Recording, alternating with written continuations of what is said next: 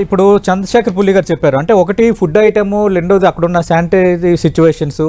అలాగే ఆయన లండన్లో ఒక 20 సంవత్సరాలు పనిచేసినప్పుడు అక్కడున్న ఫుడ్ హ్యాబిట్స్, ఫుడ్ శానిటైజేషన్కి సంబంధించి, ఫుడ్ క్వాలిటీకి సంబంధించి తీసుకునే స్టాండర్డ్స్, ఇక్కడ స్టాండర్డ్స్కు ఎలాంటి డిఫరెన్సెస్, ఎలాంటి ఇబ్బందులు వస్తున్నాయి అనేది మీరేం గమనిస్తున్నారు? ప్రధానంగా ఎక్కువగా చిల్లర పిల్లలు కూడా ఈ బయట ఫుడ్కి బాగా అలవాటు పడిపోయారు.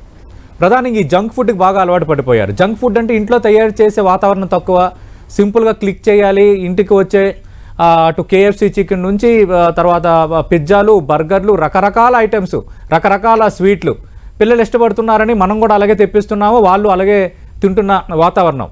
అంటే ఈ ఫుడ్ కల్తీ వల్ల ఎలాంటి సమస్యలు వస్తున్నాయి? మీకు ఎదురవుతున్న కేసులు ఏ రీతిలో ఉంటున్నాయి? ఫుడ్ ఇండియాలో కూడా food safety standards authority of India FSSAI అని ఉంది. అయితే ద మెయిన్ ప్రాబ్లం అబౌట్ రెండు రకాలుగా వస్తాయి మనకి ఫుడ్ తో వచ్చే ప్రాబ్లమ్స్. ఒకటి కంటామినేషన్, అంటే శుభ్రత సరిగ్గా లేకుండా. రెండోది క్వాలిటీ, ఆ క్వాలిటీ ఆఫ్ ద ఇంగ్రీడియంట్స్. దీన్ని నేను ఎక్స్ప్లెయిన్ చేస్తాను. ఫుడ్ కంటామినేషన్ అని అంటే స్టోరేజ్, అది ఎలా వాడుతున్నారు, ఎక్స్పైరీ డేట్ ఉన్నవి వాడుతున్నారా, లేదా ఎంత రిఫ్రిజిరేటర్ లోంచి తీసి మళ్ళీ అది రిఫ్రిజిరేటర్ ఒకసారి తీసి మళ్ళీ లోపల పెట్టాక థాయింగ్ అంటాం. సో వాటిల్లో క్రిములు ఎక్కువ గ్రో అవుతా ఉంటాయి. రెస్టారెంట్స్ లో జరిగేది ఏంటంటే వాళ్ళు తెచ్చి పెట్టుకుంటారు, స్టోర్ చేసుకుంటారు.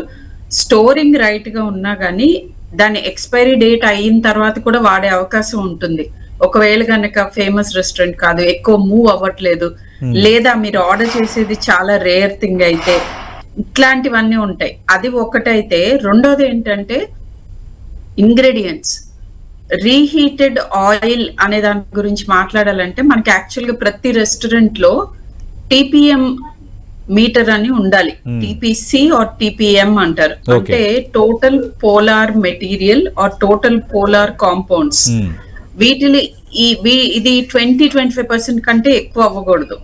ఇవి ఎక్కువ ఎలా అవుతాయి అంటే వాడిన నూనె, ఇప్పుడు మనం ఇంట్లో కూడా మనం వాడే నూనెలు కూడా మాటికి సేమ్ ఆయిల్ హీట్ చేస్తుంటే పూరీలు కాలుస్తారు, కొంచెం ఎక్స్ట్రా ఆయిల్ ఉంటుంది. ఇదే ఆయిల్ మళ్ళీ దాంట్లోనే పూరీలు కాలుస్తుంటే అట్లానే చేస్తారు బయట. ఇంట్లో అయితే ఒకసారి హీట్ చేసిన ఆయిల్ ని పక్కకు పెట్టి నెక్స్ట్ యూజ్ చేయబోయే ఆయిల్ లో ఒకేసారి వేసుకొని ఒక్కొక్కటి ఫినిష్ చేస్తారు. అది 10 సార్లు వాడరు. సో ఈ TPM లెవెల్స్ పెరగకుండా ఉంటాయి. TPM లెవెల్స్ పెరగటం మూలాన ఇప్పుడు పిల్లల్లో ఊబకాయం దగ్గర నుంచి ఏమవుతుందంటే ఫ్యాటీ యాసిడ్స్, ట్రైగ్లిసరైడ్స్ అండ్ ఇంకా డేంజరస్ థింగ్స్ ఏంటంటే పాలిఫినాలిక్ కాంపౌండ్స్ అంటాం, అరోమాటిక్ హైడ్రోకార్బన్స్.